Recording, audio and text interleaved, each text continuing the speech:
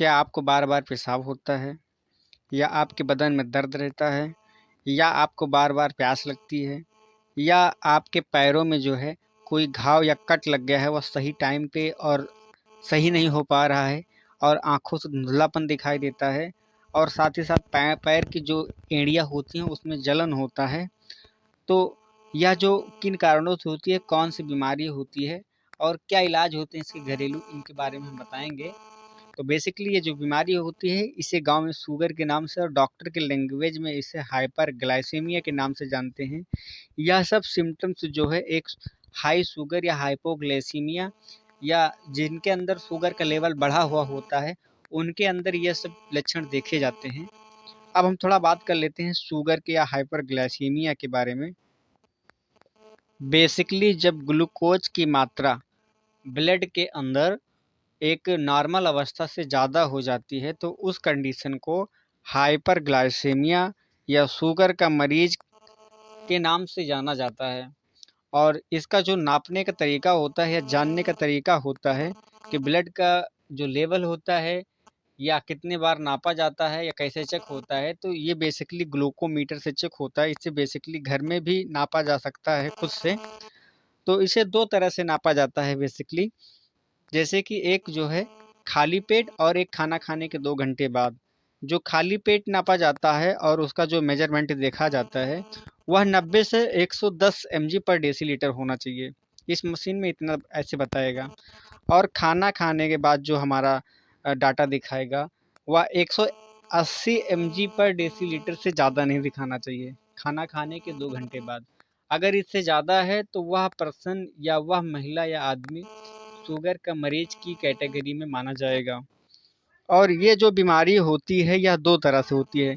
एक तो डायबिटीज़ के मतलब एक होता है इंसुलिन के द्वारा और एक होता है नॉन इंसुलिन के द्वारा, जिसे जो है आईडीडीएम और एनआईडीडीएम के नाम से जाना जाता है। आईडीडीएम कहने का मतलब कि इंसुलिन डिपेंडेंट डायबिटीज़ मेलाइटस और एनआईडीडीएम कहने का मतलब कि non insulin dependent diabetes mellitus. अब थोड़ा समझ लेते हैं कि आईडीडीएम और एनआईडीडीएम क्या है और कैसे है और कैसे शुगर बढ़ जाता है।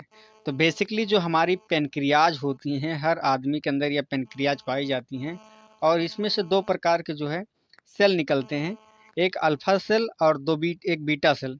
अल्फ़ा सेल का काम क्या होता है कि यह ग्लूकेगॉन हार्मोन रिलीज करता है और यह ग्लूकेगॉन जो हार्मोन होता है, इस हार्मोन का काम होता है कि अगर ब्लड में ग्लूकोज या शुगर का लेवल जो है कम है तो उसको बढ़ाना होता है। और वहीं पे जो हमारा बीटा सेल होता है, इसका काम होता है इंसुलिन हार्मोन निकालना। और इस इंसुलिन हार्मोन का काम क्या होता है कि जब ब्लड में ग्लूकोज का लेवल कम होता है, जब ब्लड में ग्लूकोज का लेवल या शुगर का लेवल कम होता है तो उसको बढ़ाना होता है। तो यहीं पर थोड़ा समझने की बात है, ध्यान दीजिएगा। अगर बीटा सेल हार्मोन जो इंसुलिन हार्मोन होता है या इंसुलिन हार्मोन निकालना बंद कर दे, ये बीटा सेल इस इंसुलिन हार्मोन को निकालता है। अगर यह हार्मोन निकालना बंद कर दे, और इसी इंसुलिन हार्मोन का काम था कि ग्लूकोज जो ब्लड में शुगर है उस शुगर को जो है कम करना होता था। और जब यही नहीं रहेगा तो जो ग्लूकोज का लेवल या शुगर का लेवल ब्लड के अंदर है वह बढ़ जाएगा, एक मतलब एक जो नॉर्मल अवस्था होती है उससे ज़्यादा हो जाएगा। तो इसी को जो है आईडीडीएम कहते हैं, इंसुलिन डिपेंडेंट डायबिटीज मेलाइटस। मतलब कि इस इंसुलिन के जो अंदर सेल हैं, इन सेल के अल्टर होने से या सेल में प्रॉब्लम होने से यह समस्याएं होती हैं।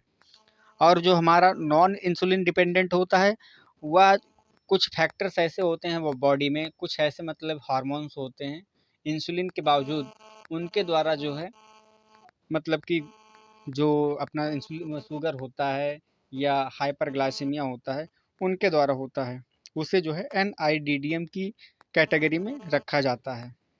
अब थोड़ा इनके ट्रीटमेंट और दवाओं के बारे में जान लेते हैं।